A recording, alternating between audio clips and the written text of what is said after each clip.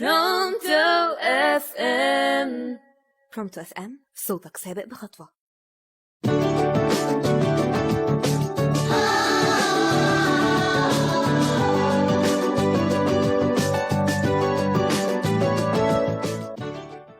يا بكر الحق يا بكر، شوف لقيت ايه يا حسونة مالك يا بكر؟ لقيت محفظة مليانة فلوس. شوف يا بكر شوف. ايه ده؟ وقعت من حد يا حسونة. طب يا ترى يا حسونة هتعمل ايه؟ هعمل ايه وهي دي عايزة كلام يا بكر؟ طبعا هاخد الفلوس دي واشتري بيها حاجات كتير، اكل ولعب يا بكر. دي الفلوس دي جت في وقتها واني مصروفي كان خلص. ايه يا حسونة الكلام ده؟ انت بتقول ايه؟ انت لازم تسلم المحفظة دي للشرطة، هي مش بتاعتنا واكيد وقعت من حد محتاج الفلوس دي ومعتمد عليها. وبعدين يا حسونة الامانة دي اهم حاجة.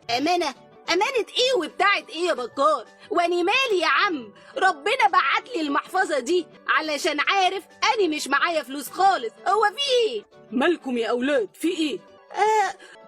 ولا حاجة يا استاذ، ولا حاجة.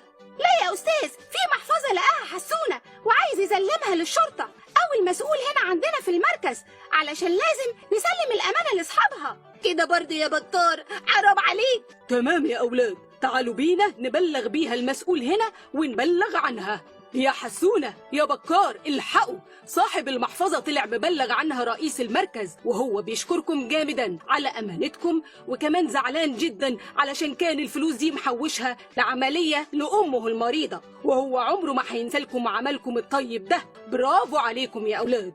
شفت بقى يا حسونة قد إيه الراجل كان محتاج الفلوس علشان أمه العيانة؟ الأمانة يا حسونة هي من الأخلاق المهمة اللي لازم كلنا نلتزم بيها. ومش بس الأمانة في إنك تحفظ ممتلكات الناس، لا كمان الأمانة في الحكم بين الناس، الأمانة في شغلك، الأمانة في مذاكرتك وفي رعايتك لأسرتك وأصحابك. أنا مكسوف منك جوي يا بكار. أوعدك يا بكار هخلي بالي المرة الجاية. ما أنت عارفني يا بكار، لازم أغلط علشان أتعلم. ده أنا حسونة أفهمها وهي طايرة.